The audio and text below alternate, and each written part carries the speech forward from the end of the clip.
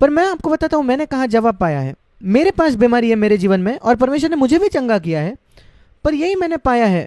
दूसरा कुरिन्थियों 12वां अध्याय, पौलुस कहता है, परमेश्वर ने उसको दिया 7वां वचन, उसके शरीर में एक कांटा, एक बीमारी का प्रकार था। मेरे पास समय नहीं आपको दिखाने के लिए, पर मुझे लगता है उसकी आंखों की ये बीमारी थी। हम इसको गलातिया 4 में पढ़ते हैं। कारण क्यों परमेश्वर ने उसको ये होने दिया? क्योंकि वो इतना अद्भुत तरीके से इस्तेमाल किया जा रहा था परमेश्वर के द्वारा, और वो प्रलोभित होता था बहुत घमंडी होने के लिए। खतरा यही था उसका कि वो घमंडी हो जाए, और इसलिए प्रभु ने उसको एक बीमारी दी ताकि वो नम्र रहे। और मैं आपको बताता हूं, कई महान परमेश्वर के सेवक, उनको एक शरीर में कांटे की जरूरत होती है उनको नम्र रखने के लिए।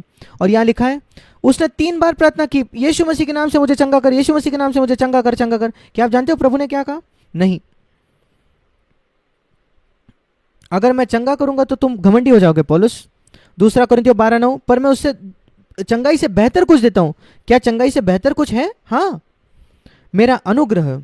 9वां वचन, मेरा अनुग्रह तुम्हारे लिए बहुत है, पर्याप्त है, क्योंकि तुम्हारे निर्बलता में मेरा अनुग्रह तुम्हें सामर्थ देगा जयवंत होने के लिए। लोग तुम्हें देखेंगे कि तुम बीमार हो पर जयवंत हो और मुझे पूर्ण हृदय से मेरी सेवा कर रहे हो।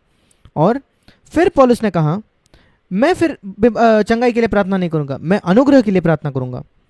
यही यही मैं प्रार्थना करता हूं हर बार जब मैं बीमार हो जाता हूं। मैं कहता हूं, प्रभु क्या तू मुझे कुछ सिखाने की कोशिश कर रहा है? क्या कोई क्षेत्र है जहां मैं थोड़ा घमंडी हो गया था? प्रभु, हम सब खतरे में घमंड के, प्रभु तू मुझे दिखा। और कभी कभी प्रभु मुझे दिखाता है और मैं अपने आप को शुद्ध कर लेता हूं तुरंत। मैं परमेश्वर को धन्यवाद देता हूं। थोड़े वो जो फीवर आता है, बुखार आता है, या कभी कभी आप बिस्तर में होते हो, और अच्छी बात बिस्तर में लेटने की है, आप सिर्फ ऊपर ही देख सकते हो, और आप ऊपर देखकर कहते हो, प्रभु तू मुझे क्या सिखाना चाहता है? क्या कुछ है मेरे जीवन में जिसको मुझे सही करना है, सुधारना है? और जब मैं प्रार्थना करता हूं, जब मैं बीमार होता हूं, प्रभु या तो तू मुझे चंगा कर, या तू मुझे अनुग्रह दे कि मैं जयवंत बनूं। और अगर आपको लगता है कि अनुग्रह चंगाई से बेहतर है, तो मैं भी अनुग्रह चुनता हूं प्रभु। पर अगर चंगाई बेहतर है तो प्रभु तू मुझे चंगाई दे। मैं सोचता हूं कि ये धर्मी प्रार्थना है। दूसरा कुरिन्थियों 12 इस पर आधारित। प्रभु अगर ये कांटा मुझे रखना है अपने शरीर में पूरे जीवन भर, तो मैं इसको स्वीकार करता हूं, और तू मुझे अनुग्रह भी देगा, क्योंकि तू देखता है कि मेरे लिए अनुग्रह बेहतर है। पर अगर चंगाई मेरे विश्वास को चुनौती देने वाला है, तो मैं चंगा होना चाहता हूं। और इसलिए ये प्रार्थना कीजिए और कहिए, प्रभु तू या तो मुझे चंगाई दे या तो मुझे अनुग्रह दे। और बिल्कुल तैयार रहे दोनों को स्वीकार करने के लिए। प्रभु को यह मत भय कि उसने आपको क्या देना चाहिए, परमेश्वर बेहतर जानता है, आपसे भी बेहतर। और मैं ये कहना चाहता हूं एक और बात, जो चंगाई के संदर्भ में, क्योंकि बीमारी इतनी आम है विश्वासियों में, इसलिए मैं कहता हूं, और इतना धोखा है इन अंतिम दिनों में इस क्षेत्र में, इसलिए मैं स्पष्टीकरण दे रहा हूं। पहला कुरिन्थियों उसका 6वां अध्याय और उसका 13वां वचन, पहला कुरिन्थियों 6:13, यहां भोजन और सेक्स, यौन के विषय में लिखा है। 2 बड़ी लालसा है शरीर की, 2 बड़ी लालसा है जो सारे मनुष्यों के अंदर है, वो है भोजन की लालसा और यौन संबंध की लालसा। भोजन पेट के लिए और पेट भोजन के लिए, पहला कुरिन्थियों 6:13, परंतु परमेश्वर इसी को और उसको दोनों को नष्ट करेगा। फिर वो यौन संबंध के विषय में कहता है, देह व्यभिचार के लिए नहीं, एक धर्मी यौन का उसको संतुष्टता है अपने पत्नी के साथ, बाकी सब गलत है। पर शरीर, ये बात मैं आपको दिखाना चाहता हूं, देह प्रभु के लिए है। क्या आप जानते हो शरीर आपको प्रभु ने क्यों शरीर दिया?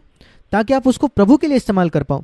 उसने आपको आंखें दी ताकि आप बाइबल पढ़ो, अच्छी बातें पढ़ो, और ऐसी बातें पढ़ो जो अच्छी है। जब आपको ज्ञान बढ़ाना पड़ता है ताकि आपको जॉब लगे, आपकी पढ़ाई, आपकी आंखें अच्छी बातों के लिए इस्तेमाल करें, शुद्ध बातों के लिए, स्त्रियों के पीछे लालसा करने के लिए नहीं। उसने आपको शरीर दिया अपनी जबान का इस्तेमाल किया झूठ करने के लिए नहीं, पर सत्य कहने के लिए, लोगों को प्रोत्साहित करने के लिए। शरीर प्रभु के लिए है। ये आपके हाथ है, कभी पाप के लिए नहीं, ये पर अच्छाई भलाई करने के लिए। शरीर प्रभु के लिए है। अगर आपको, प्रभु मेरे शरीर का हर हिस्सा तेरे लिए है, मेरी आंखें तेरे लिए है, मेरी जबान तेरे लिए है, मेरे हाथ तेरे लिए, मेरे पैर तेरे लिए, वही जाएंगे जहां तू चाहता है मैं जाऊं। मैं कभी कहीं नहीं जाना चाहता जहां तू मुझे नहीं ले जाना चाहता, तू नहीं चाहता मैं जाऊं। फिर दूसरा भाग है उसी वचन का अंतिम भाग, फिर प्रभु देह के लिए होगा, शरीर के लिए होगा। मैंने इसको एक वायदा लिया है अपने आप के लिए, वो वचन, मैं कहता हूं प्रभु यीशु, मेरे ज्ञान से सबसे अच्छे तरीके से मैं कह रहा हूँ, मेरी जानकारी के हिसाब से, मैं कुछ नहीं पढ़ना चाहता मेरे आंखों से, या देखना नहीं चाहता जो तुझे अप्रसन्न करेगा। मैं मनुष्य के चेहरे के सामने नहीं जीना चाहता, बल्कि तेरे चेहरे के सामने। मैं कभी कुछ कहना नहीं चाहता मेरी जबान से जो लोगों को चोट पहुंचाएगी। मैं सत्य कहना चाहता हूँ, अगर सत्य से चोट पहुंचाती है तो ठीक है, पर मैं मेरे भाषा से या ये भी एक भी कठोर असभ्य शब्द नहीं इस्तेमाल करना चाहता मेरे पत्नी को या किसी को भी। मैं बिल्कुल सतर्क होना चाहता हूँ अपने जबान से। वो तेरे लिए, मेरा शरीर तेरे लिए प्रभु। मैं अपने हाथों से कुछ नहीं करना चाहता जो पापमय है। मैं ऐसे पत्र नहीं लिखना चाहता जो पापमय है। कुछ झूठे चीज पर मैं साइन नहीं देना चाहता, पैसा नहीं कमा करना चाहता झूठा स्टेटमेंट देकर। और मेरा शरीर तेरे लिए प्रभु, और क्योंकि मेरा शरीर तेरे लिए प्रभु, तू मेरे शरीर के लिए है, सिर्फ मेरे प्राण के लिए नहीं, मेरी आत्मा के लिए नहीं, तू मेरे शरीर के लिए है। मेरा शरीर प्रभु के लिए और प्रभु मेरे शरीर के लिए। ये आपके इस पर भरोसा रखें। इस प्रकार चंगाई को खोजना चाहिए और मेडिसिन लेने से ना डरे। पहला तीमुथियुस 5वां अध्याय। तीमुथियुस एक बहुत ईश्वरीय व्यक्ति था और उसका भी शरीर में काटा था, क्या आप जानते हो? पहला तीमुथियुस उसका 5वां अध्याय और उसका 23 वचन।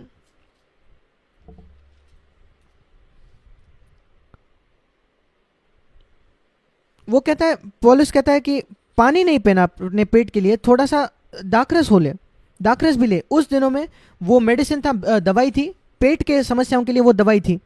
थोड़ा सा ब्रांडी 1 चम्मच, वो पेट के लिए तभी दवाई मानी जाती थी। और पौलुस तीमुथियुस को क्या कह रहा है? जिसको बार बार पेट के हिसाब से वो बार बार बीमार था, वो उसके शरीर का काटा था, बार बार पेट की बीमारी, कुछ ना कुछ पेट की समस्या। और पौलुस, मैं जानता हूं उसने प्रार्थना की ही होगी, शायद पौलुस ने तीमुथियुस पर हाथ रखा होगा कई बार, पर तीमुथियुस ठीक ही नहीं हुआ, चंगा ही नहीं हुआ। यद्यपि महान पौलुस प्रेरित ने उस पर हाथ रखा था। पौलुस कहता है ठीक है, मैं मेरे प्रार्थना से तू चंगा नहीं हुआ, कोई कारण से परमेश्वर ने तुझे ये काटा होने दिया है तेरे शरीर में, पर तू थोड़ी दवाई ले ले।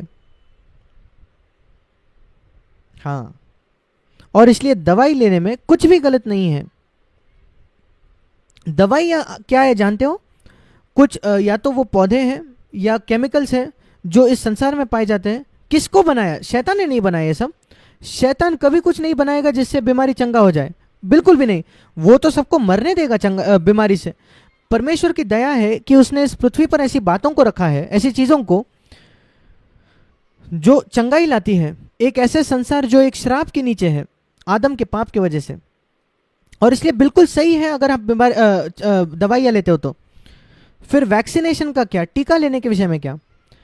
अब इतनी कंट्रोवर्सी है और बहुत अलग अलग विचार है इसके विषय में, पर मैं व्यक्तिगत तौर पर विश्वासी करता हूँ ये बिल्कुल ठीक होगा अगर हम टीका लगाए, वैक्सीनेशन ले ले।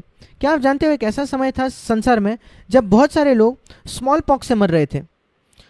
20वीं शताब्दी के शुरुआत में भारत में, यूरोप में, कई जगहों पे। पर अब वो स्मॉल पॉक्स गायब हो गया है, वो बीमारी ही नहीं रही, क्योंकि बच्चों को एक वैक्सीनेशन दिया जाता था, टीका दिया जाता था। मुझे याद है जब मुझे अपने हाथ पर मिला टीका जब मैं छोटा था, अब उसकी जरूरत नहीं क्योंकि वो बीमारी चली गई। और या टीबी, क्षय रोग जो है, उसके लिए भी ट्रीटमेंट है,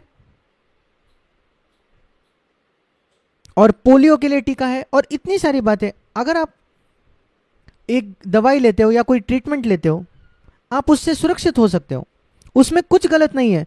अपने बच्चों को पीड़ा मत उठाने दे। आपके ये सारी बातें सुनकर जो लोग कहते हैं ये गलत है वो गलत है, नहीं नहीं, जो आप इंटरनेट पर पढ़ते हो सब बातों पर विश्वास मत करो। मैं ये नहीं कह रहा कि कोई धोखा नहीं है मेडिकल फील्ड में, मैं ये भी नहीं कह रहा कि आप सारी बातों पर भरोसा रखो जो डॉक्टर कहता है। मैं सिर्फ ये कह रहा हूं कि ये कहकर छोड़ूंगा, कुछ गलत नहीं है दवाई लेने में, पर अगर एक विशेष परिस्थिति में आप आपके आत्मा में स्वतंत्रता नहीं चाहते, आप प्रार्थना करते और स्वतंत्रता नहीं महसूस करते, कोई बात नहीं। पर हमेशा ये मत कहो कि डॉक्टर के आप खिलाफ है, दवाइयों के खिलाफ है और हम चंगाई के लिए प्रार्थना करेंगे। अगर आप बीमार हो तो अच्छे डॉक्टर में जाइए, अच्छे हॉस्पिटल में जाइए, उसमें कुछ गलत नहीं है। और एक महामारी के समय अगर लोगों को कोविड-19 मिलते हैं, ऐसे मैं विश्वासियों को जानता हूं जिनको कोविड हुआ है और जो उससे चंगे हो गए, उन्होंने सारी बातें मानी जो डॉक्टर ने बताई और वो चंगे हो गए, और आप भी चंगे हो सकते हो। मैं हाल ही में किसी ने सुना है कि कोई मसीह कोविड से मरा हो, और शायद कुछ हो सकता है